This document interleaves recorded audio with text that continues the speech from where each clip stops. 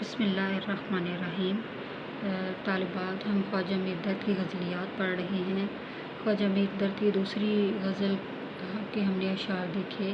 اس کا آخری شعر دیکھیے: اے درد زنگ صورت اگر اس میں جا کرے، اہل صفا میں آئینہ دل کو رو نہ ہو۔ تو مفہوم اس کا دیکھیے کہ شاعر اس شعر میں کیا کہہ رہے ہیں۔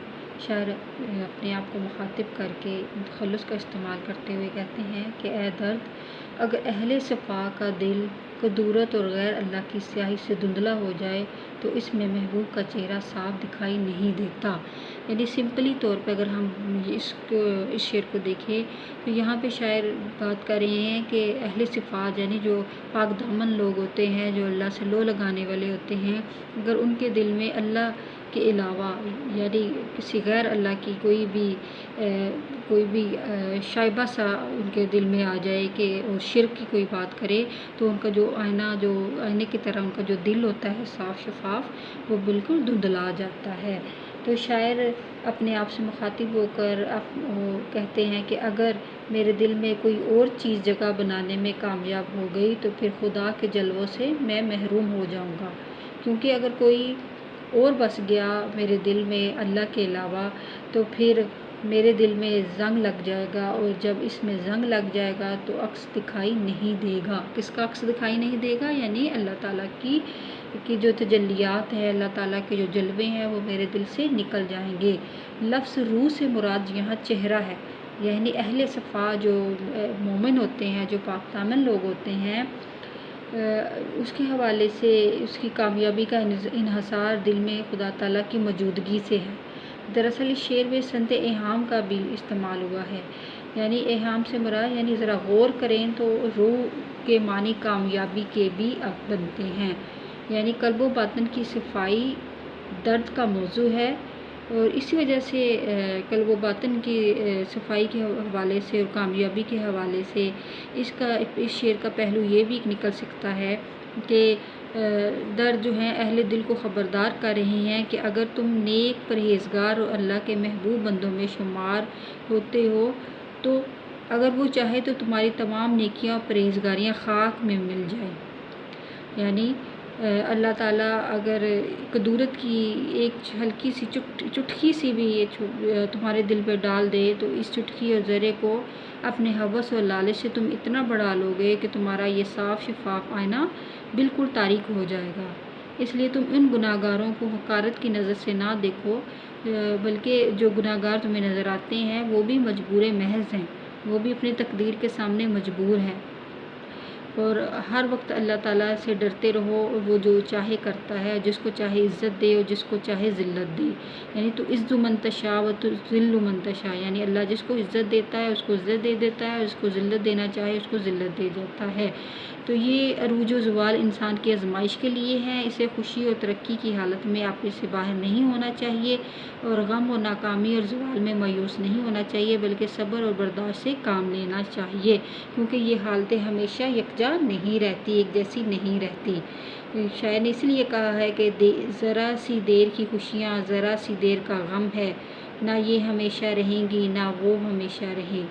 تو یہ امید ہے کہ آپ کو اس شعر کی جو سمجھ آ گئی ہوگی۔ اب نیکسٹ ہم دیکھتے ہیں دونوں غزلوں کی مشق۔ دیکھیے، پہلا اس کا ہے کہ خواجہ میر درد ایک صوفی اور اخلاقی اقدار کے علم بردار شاعر ہے۔ بتائیے انہوں نے پہلی غزل کے مطلع میں مردانہ وار کام کسے قرار دیا؟ پہلی غزل دیکھیے: کام مردوں کے جو ہیں سو وہی کر جاتے ہیں، جان سے اپنی جو کوئی کے گزر جاتے ہیں۔ تو اس میں نے آپ کو بتایا تھا کہ جو شاعر ہے وہ کہتے ہیں کہ جنہوں نے مردانہ وار کام اور عظیم کام کیے، اور عظیم لوگ انہی کو کہا جاتا ہے جو اپنی جان قربان کرنے کی صلاحیت اور حوصلہ رکھتے ہیں، یعنی وہی لوگ جوان مرد اور بہادر ہوتے ہیں جو اپنی جان بھی قربان کر دیں۔ دوسرا دیکھیے، میر درد نے پہلی غزل کے دوسرے شعر میں فقیروں کی کیا خصوصیات بیان کی ہیں، اور یہ لوگ تو مرنے سے پہلے ہی مر جاتے ہیں، اس کا کیا مفہوم ہے؟ یعنی موت کیا آ کے فقیروں سے تجھے لینا ہے، مرنے سے پہلے ہی یہ لوگ تو مر جاتے ہیں۔ تو اس شعر میں شاعر کہتے ہیں کہ صوفی اور درویش لوگ اس دنیا کی دولت اور اس کی رنگینیوں سے کوئی دلچسپی نہیں رکھتے، وہ اپنی تمام تر دنیاوی خواہشات سے کنارہ کر لیتے ہیں اور جس سے ایسا لگتا ہے وہ جیتے جی مر جاتے ہیں، یعنی وہ نفس امارہ کو جو ہے اس سے لڑتے رہتے ہیں۔ دنیاوی خواہشات ان کا کچھ نہیں بگاڑ سکتی۔ تو اس سے نیکسٹ دیکھیے سوال نمبر 3، پہلی غزل کے چوتھے شعر کے حوالے سے بتائیے کہ بے ہنر جی سے کیسے اتر جاتے ہیں۔ تیسرا شعر دیکھیے، دیدہ و دید جو ہو جائے غنیمت سمجھو، جوں شرر ورنہ ہم اہل نظر جانتے ہیں۔ تو شاعر اس غزل کے اس شعر میں یہ کہتے ہیں کہ اپنی نااہلی اور کسی بھی کام میں ہنر نہ ہونے کی وجہ سے وہ لوگ بہت جلد نظروں سے اور جی سے اتر جاتے ہیں، کیونکہ دنیا میں نام، عزت اور دوسروں کے دلوں میں جگہ بنانے کے لیے انسان کے پاس کسی نہ کسی ہنر کا ہونا ضروری ہے، اور جو بے ہنر ہوتے ہیں وہ صرف اپنے دوسروں سے لڑتے جھگڑتے ہیں اور آخر وقت میں لوگوں کے سامنے وہ ذلیل و خوار ہوتے ہیں، کیونکہ ان کے اندر ایسی کوئی بھی صلاحیت یا ہنر نہیں ہوتا جس کو سراہا جائے۔ سوال نمبر 4 دیکھیے کہ خواجہ میر درد نے دوسری غزل کے مطلع میں دل کے لیے لازمی کیا چیز قرار دی ہے۔ دوسری غزل کا مطلع یعنی پہلا شعر دیکھیے دوسری غزل کا، کیا فرق داغ و گل میں جس گل میں بو نہ ہو، کس کام کا وہ دل ہے جس دل میں تو نہ ہو۔ تو خواجہ میر درد نے دوسری غزل کے مطلع میں یہی کہا ہے کہ انسان کے دل کے لیے خدا اور اس کی محبت بہت ضروری ہے، کیونکہ جس طرح پھول کے لیے خوشبو ضروری ہے اسی طرح انسان کے دل میں اللہ کی محبت بھی بہت ضروری ہے۔ نیکسٹ دیکھیے کہ شاعر نے دوسری غزل کے دوسرے شعر میں خدا سے مخاطب ہو کر کس بات کو تسلیم کیا ہے۔ دوسرا شعر دیکھیے، ہووے نہ حول و قوت اگر تیرے درمیاں، وہ جو ہم سے ہو سکے ہے سو ہم سے کبھی نہ ہو۔ تو شاعر اس میں کہتے ہیں کہ ہمارے اندر نہ تو کوئی نیکی کرنے کی قوت ہے اور نہ ہی برائی سے بچنے کی طاقت ہے، تمام اختیارات صرف اللہ تعالیٰ کے پاس ہیں۔ تو ہمارے اندر اتنی قوت نہیں ہے کہ ہم ہر کسی کا مقابلہ کر سکیں، صرف اللہ تعالیٰ کی ذات ہے جو ہمیں ایسی طاقت اور ایسی صلاحیت دیتی ہے۔ نیکسٹ دیکھیے، پہلی غزل کے تیسرے اور دوسری غزل کے چوتھے اور پانچویں شعر میں تشبیہ کی نشاندہی کیجیے۔ تشبیہ کیا ہوتا ہے؟ یعنی تشبیہ اس کو کہا جاتا ہے جس میں ایک جیسی چیز کو کسی خوبی یا خامی کی بنا پر دوسری چیز کی مانند قرار دیا جائے۔ تو شعر آپ خود دیکھیں گے، یعنی اور اس کی تشریح میں آپ کو بتا دیتی ہوں کہ شاعر نے پہلی غزل کے تیسرے شعر میں اہل بصیرت حضرات کو چنگاری سے تشبیہ دی ہے، کیونکہ چنگاری کی طرح ان کی زندگی بھی کسی بھی وقت ختم ہو سکتی ہے۔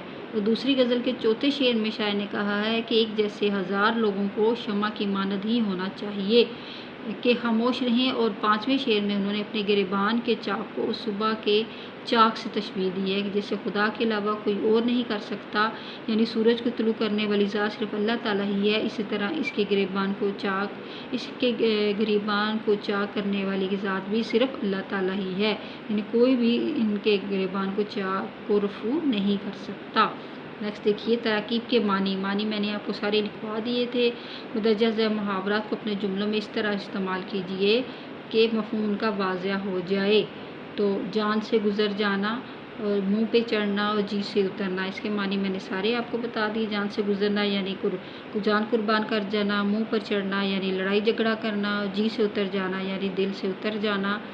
تو اس کے آپ نے اس کے جملے بنانے ہیں، اس کے علاوہ تلفظ ہے وہ آپ کے یہ سارے جو اعراب ہیں وہ آپ کی گائیڈ میں آپ کو مل جائیں گے۔ خواجہ میر درد کی غزلوں کے مدرجہ ذیل شعروں کی تشریح کیجیے۔ یہ سارے اشعار کی تشریح میں نے آپ کو لیکچرز میں کروا دی گئی ہے، اگر کسی کو کوئی مسئلہ ہو تو آپ لیکچرز کھول کے اس کو دیکھ سکتے ہیں۔